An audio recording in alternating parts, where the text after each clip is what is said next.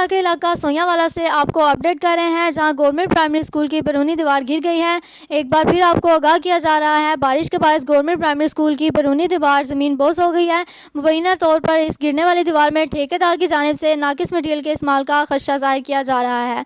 मज़ीद तफसीलात आबिद मुगल बताएंगे। जी आबिद। आज बिल्कुल स्कूल की बैरूनी दीवार गिरने का यह इंतहाई अफसोसनाक वाक़या गुजरांवाला के नवाही गांव सोयावाली में पेश आया है, जहां 2017 में गवर्नमेंट प्राइमरी स्कूल की इमारत को तमीर किया गया था। पहली बात तो ये काबिल ज़िक्र और इंतहाई अफसोसनाक है कि 2017 में शुरू होने वाले इस स्कूल की बिल्डिंग आज 2020 में भी मुकम्मल नहीं हो सकी। दूसरी अफसोसनाक बात यह है कि मामूली बारिश के बाद स्कूल की बैरूनी दीवार ज़मीन बोस हो गई है, जो इस बात का मुँह बोलता सबूत है कि सिर्फ दीवार में ही नहीं बल्कि पूरी स्कूल की इमारत में नाकस मटीरियल का इस्तेमाल हुआ होगा। और यकीनी तौर पर हुआ है।